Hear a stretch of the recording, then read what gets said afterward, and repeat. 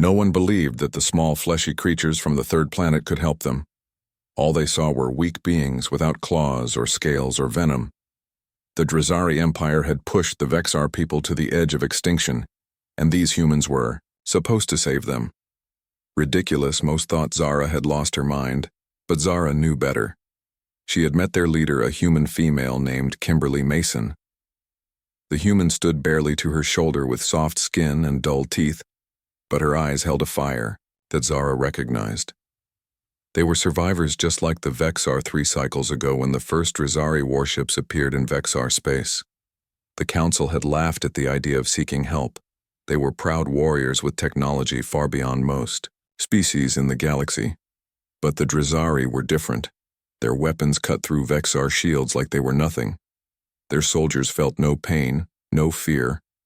One by one, the outer colonies fell. The laughter in the council chambers died. Zara left the chamber, her head held high. She would not wait for the others to see reason. The humans had offered an alliance, and she would take it with or without the council approval. The human ship waited in orbit, a small vessel by Vexar standards.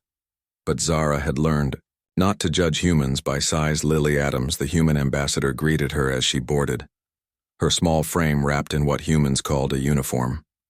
The translator pinned to her chest hummed softly as she spoke. "Welcome aboard the Starship Defender, Ambassador. Zara, we received your message and are ready to proceed with the alliance." The humans moved with purpose around their ship, each knowing their place in the complex dance of operations.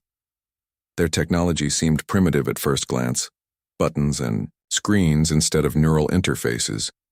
But Zara soon realized the brilliance in their design. Simple but effective, resistant to the energy pulses that disabled Vexar systems. Admiral Morgan Taylor stood on the bridge, her gray hair pulled back tightly, her uniform decorated with symbols of rank and achievement. She studied the star map where Drazari positions glowed red against the black. The Drazari have never faced human tactics before. She said, her voice calm, but filled with certainty. They expect direct confrontation like your people favor. We will show them something different. The human plan seemed impossible. Small teams infiltrating Drazari command ships, planting devices they called EMP bombs. Technology designed to overload and shut down systems without destruction. The Vexar way would have been frontal assault ship against ship, warrior against warrior, but their way had failed. Zara watched as human soldiers prepared for battle. Women named Samantha, Kate, Olivia, and Nicole checking weapons that seemed too simple to harm a Drazari. Their armor lightweight compared to Vexar battle shells, yet they moved with confidence, with determination. The first mission targeted a Drazari patrol ship. Human soldiers led by Captain Heather Brooks moved through the darkness of space in what they called stealth pods. Barely large enough to hold a Vexar warrior, Zara insisted on joining them, despite protests from both humans and her own people. The Drazari never saw them coming. Human technology blocked sensors while Zara guided them through the ship layout, her knowledge of Drazari vessels proving valuable. The humans moved silently, placing their devices at key points. Captain Brooks signaled the retreat. Just as the first alarm sounded from the safety of the Defender, they watched as the Drazari ship went dark. Weapons disabled, shields collapsed. The human soldiers cheered while Zara stared in amazement. The Council still refused to officially join the alliance. But more Vexar warriors came, individuals who had lost homes and families to the Drazari. They learned human tactics, adapted human technology to Vexar biology. The humans shared everything, holding nothing back. Zara found herself working closely with Dr. Allison Reed, a human scientist who studied Vexar biology to improve their compatibility with human weapons and systems. Her gentle hands examined Vexar scales with fascination rather than fear or disgust. "Differences make us stronger together," she told Zara. "One cycle while adjusting a human rifle for Vexar hands. You see energy differently. Your reflexes process information in ways we cannot. But our creativity, our unpredictability, these are things your people can learn." The Drazari noticed the change. In tactics, their usual strategies failed against the combined human and Vexar forces. They responded with increased aggression, attacking human colonies. For the first time, Zara saw human rage. Admiral Taylor stood before the combined forces. Her eyes, hard as stone, they have attacked Earth colonies, killed our people. This is no longer just your fight, it is ours. The humans fought with unexpected ferocity. Their tactics evolved constantly, keeping the Drizari commanders confused and off balance. Human hackers led by Linda Chen broke into Drizari communication systems, spreading false orders and misinformation. Vexar warriors provided strength and knowledge of Drizari weaknesses. The first major victory came at the Battle of Proxima Station. A joint human Vexar fleet ambushed a Drizari supply convoy. The Drizari commander followed standard protocol, sending his fighters in a direct assault, expecting the Vexar to meet them head-on. Instead, human ships darted between asteroids, launching missiles from unexpected angles, while Vexar cruisers held back, waiting for the perfect moment to strike. Not a single human or Vexar ship was lost. While the Drizari fleet retreated in disarray, word spread through the Vexar colonies.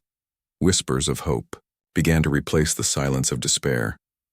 More warriors volunteered, joining the human Vexar strike teams. The council still hesitated, trapped by tradition and pride, but they no longer actively opposed the alliance.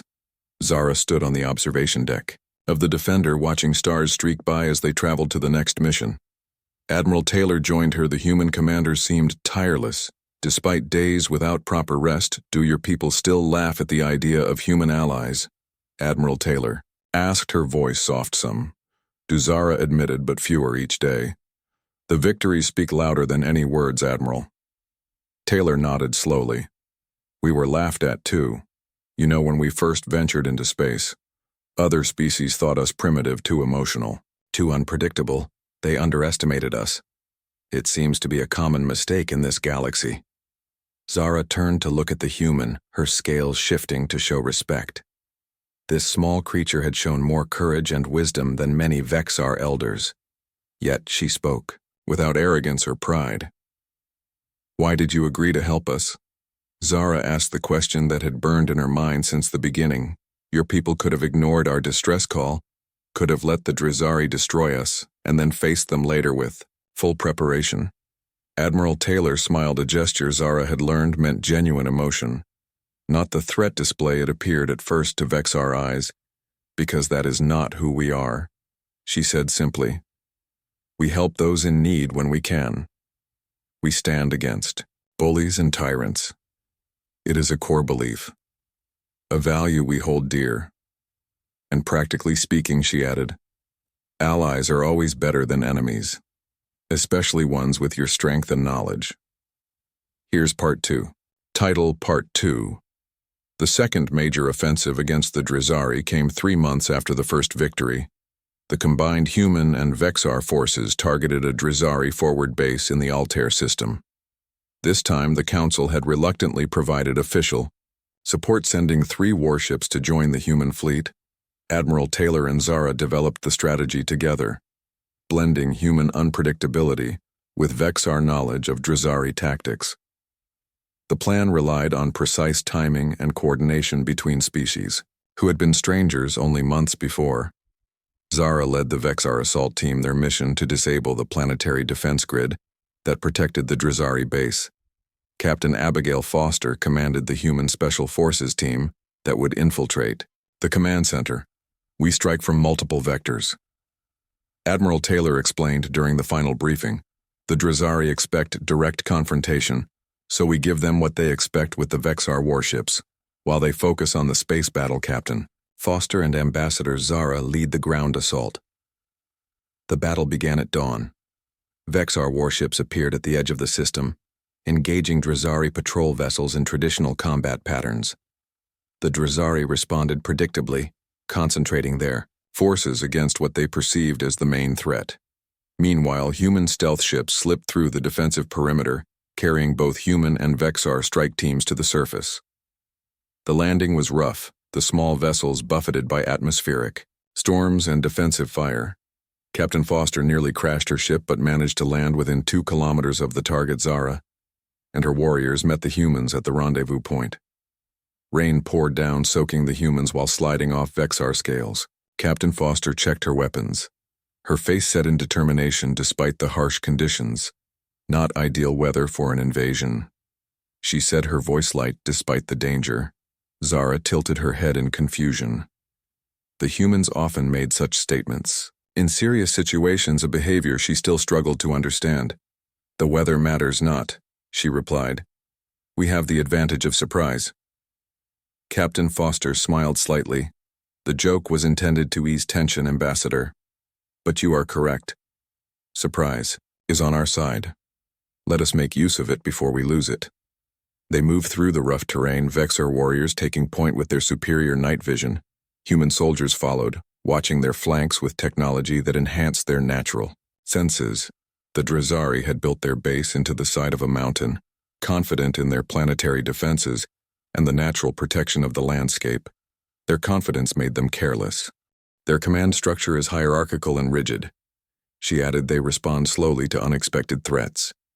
If we strike quickly with overwhelming force, they will struggle to coordinate an effective response.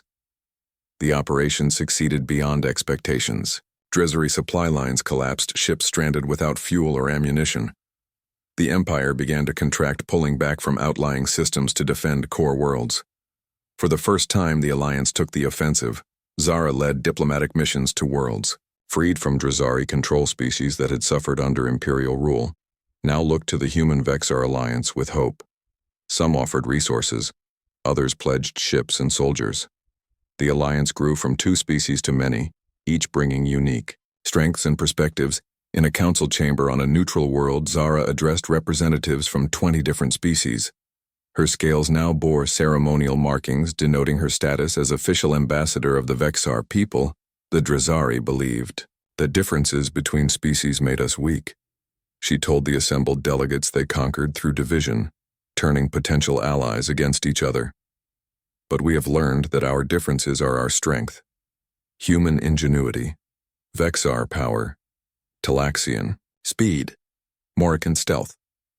Each species brings unique gifts to our alliance. Together, we are stronger than any empire. The new coalition launched coordinated attacks against Drazari strongholds. Species that had fought each other for generations now fought side by side against a common enemy. The Drazari responded with increasing brutality, but each atrocity only strengthened coalition resolve. 1 year after the first human Vexar mission, coalition forces prepared for the most ambitious operation, yet a direct assault on a Drazari throne world. Admiral Taylor, now Supreme Commander of Coalition Forces, worked with Zara and other species representatives to plan the attack. Zara found the Admiral in her quarters the night before the operation. The human commander stood at the viewport watching stars, her uniform perfect, but her eyes revealing the weight of command. "Will it be enough?" Zara asked. "What we have built together. Will it be enough to stop them?" Admiral Taylor turned, her expression thoughtful. "A year ago we were strangers, mistrusting each other's motives and methods," she said. "Now we fight as one. Not because we are the same, but because we respect our differences.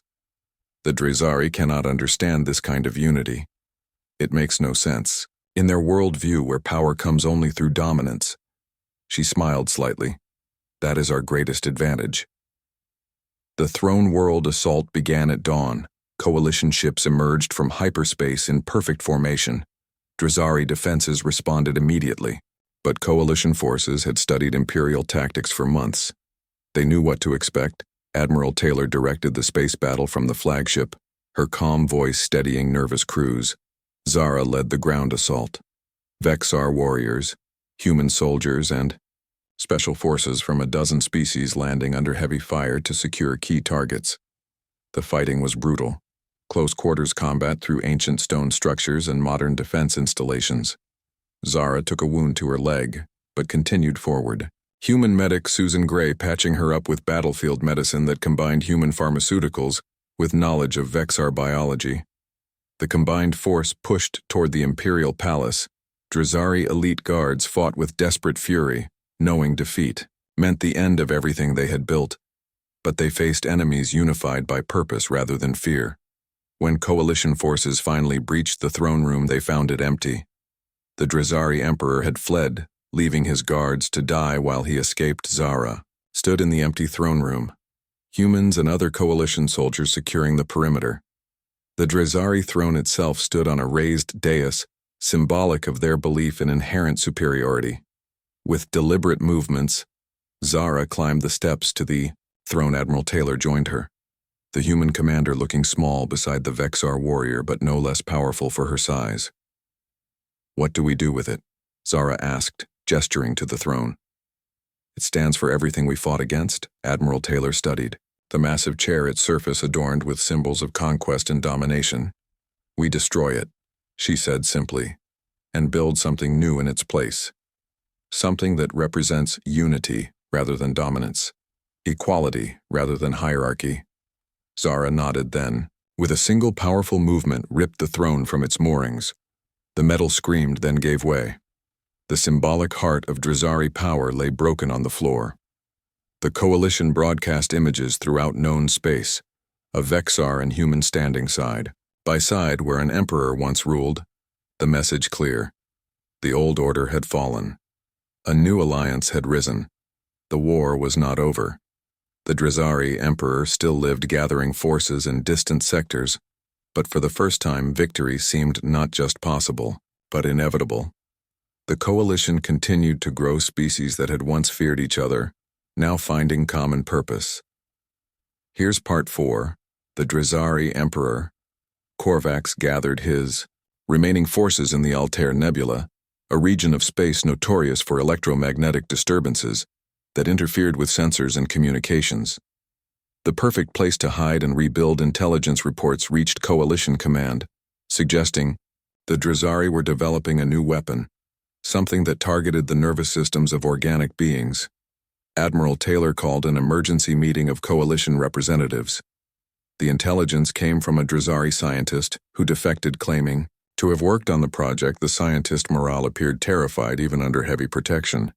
"They call it the silence," she told the gathered leaders. "It disrupts neural pathways, causing immediate paralysis, followed by complete nervous system failure."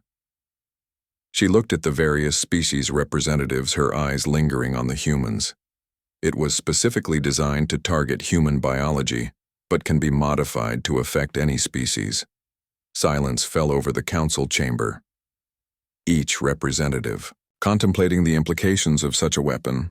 How close are they to deployment? Admiral Taylor asked, her voice steady. Despite the horror of what they faced, Merrill hesitated. Weeks, perhaps days. "The final testing phase has begun." Zara studied the defector carefully. The Drizari rarely betrayed their empire. The consequences for family members left behind were severe. "Why have you brought us this information?" she asked. "What do you hope to gain?" Merrill met her gaze. "I had a human colleague before the war, Dr. Amber Lee. We worked together on medical research. She showed me kindness when others showed only contempt. When I learned my research was being weaponized against her species, I could not remain silent." Admiral Taylor nodded slightly. "This scientist risked everything to warn us. We must act immediately." The Coalition launched Operation Silent Storm, a desperate mission to prevent the weapon from being deployed. Admiral Taylor selected her best officers for the mission, a strike force of human. Vexar and Coalition special forces would infiltrate the research facility, destroy the weapon, and extract with any data they could recover. Captain Sofia Martinez took command of the strike team. Her experience in covert operations made her the logical choice. Zara joined as second in command, her knowledge of Drizari security protocols essential to the mission. The team trained together for 5 days, learning each other's strengths and weaknesses, adapting to different physiologies and combat styles. Captain Martinez pushed them relentlessly. "This mission has no margin for error," she told them during the final briefing. "We all understand what happens if we fail." The strike team departed aboard the Shadow Runner, a stealth vessel designed for covert operations. Its hybrid technology combined human stealth systems with Vexar energy dampening fields, making it nearly invisible to Drizari sensors. The approach to the nebula was tense, silence filling the command deck as the navigator guided them through electromagnetic disturbances. Captain Martinez stood beside the pilot, her focus absolute. Zara admired the human commanders, calm under pressure. The research facility appeared on sensors, a massive station surrounded by Drezari warships. The defector morale had provided access codes and facility schematics, but security would be tight. "We have one advantage," Captain Martinez told the team as they prepared for insertion. "They are not expecting an attack. This deep in their territory, they feel safe. We will use that against them." The insertion went smoothly. The Shadow Runner approached from below the plane of defense satellites, using the nebula's radiation to mask their signature. The boarding team launched in stealth pods, specially designed for the mission. Each pod carried 2 operatives, human paired with Vexar or other coalition species. Zara shared a pod with Lieutenant Amber Wilson, a human demolitions expert. The cramped space barely accommodated Zara's larger frame, but neither complained. The mission superseded personal comfort. The pods attached to the station's outer hull magnetic clamps, engaging silently. Cutting tools created openings large enough for the team to enter. The first phase complete, they moved through maintenance tunnels toward the central research lab. Vexar enhanced hearing detected guard patrols before they came into view. Talaxian operatives moved ahead, scouting routes with their natural stealth abilities. Humans coordinated through specialized neural links, sharing information without sound.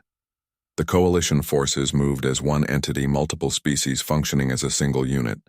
The first Drezari patrol they encountered fell to silent human weapons before they could sound an alarm.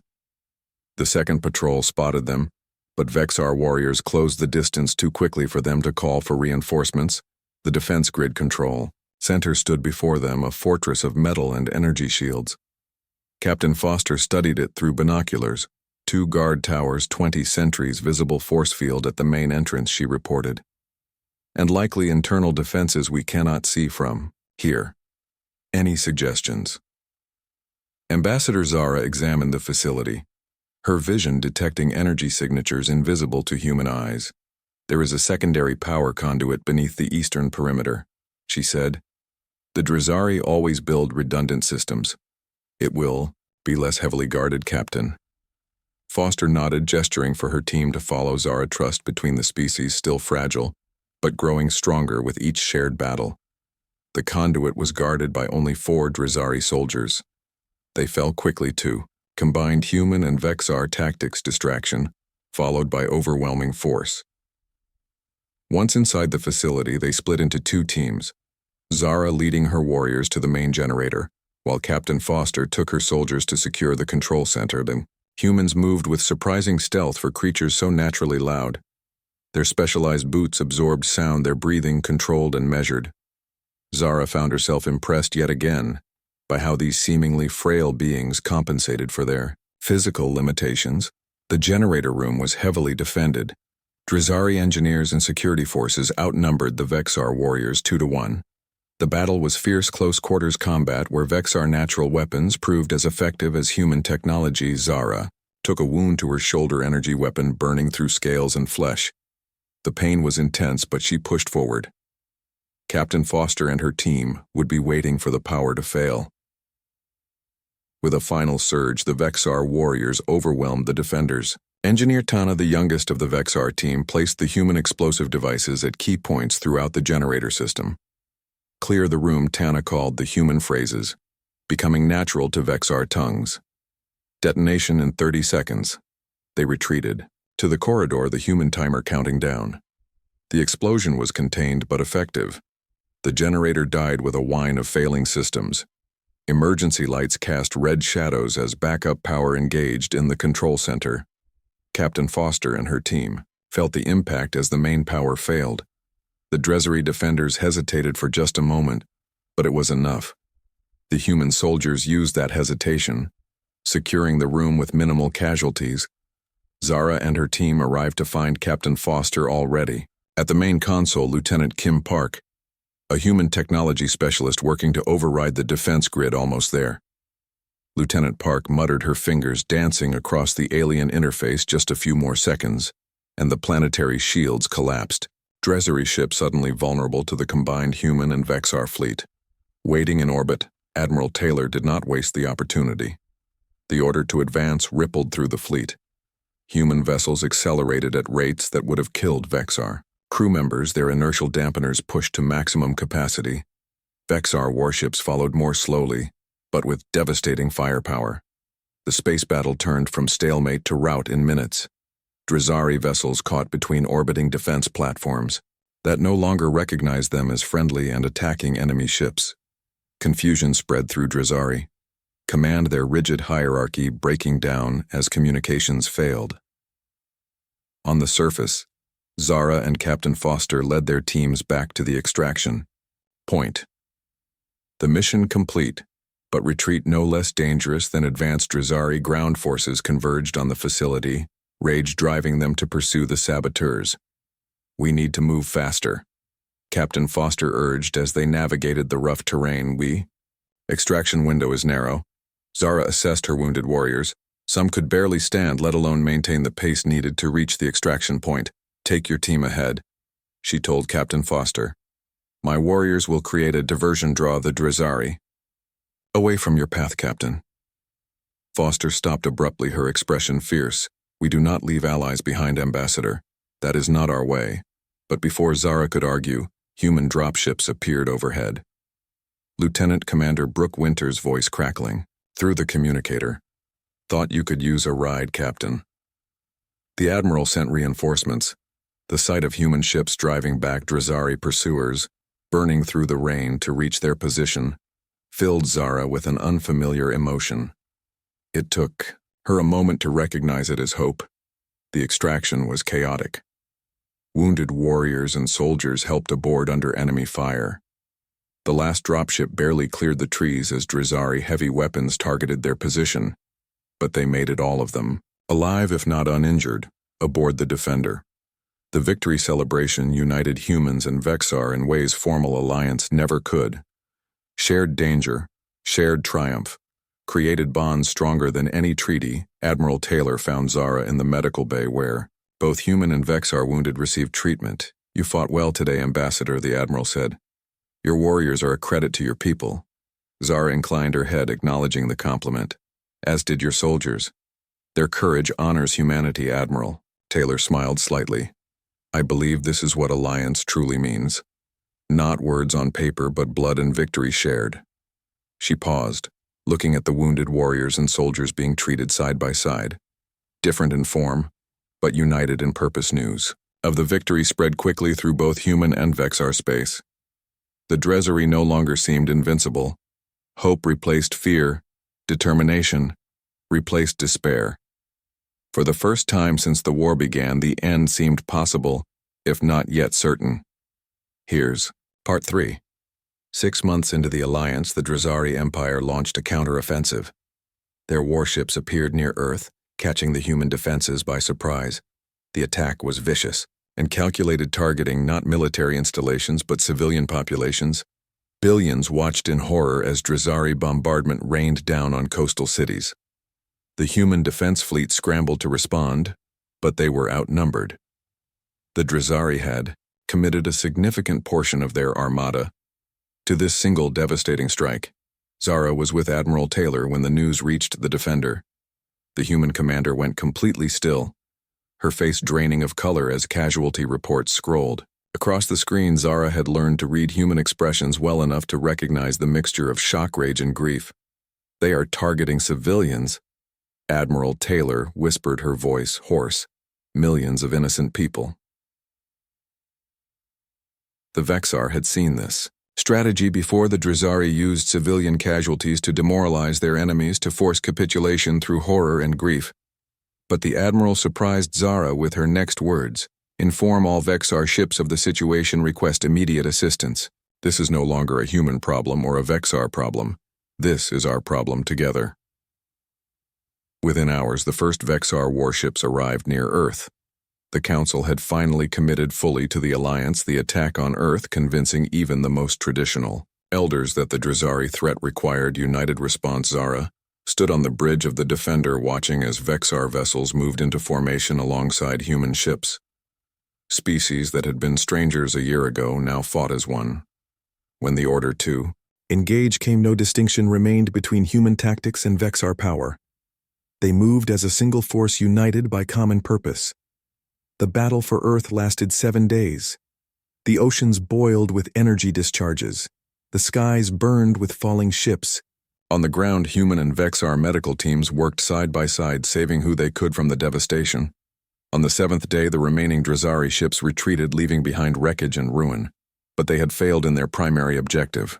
Earth stood bloodied but unbowed, its people grieving but unbroken, and now fully committed to the war in the aftermath.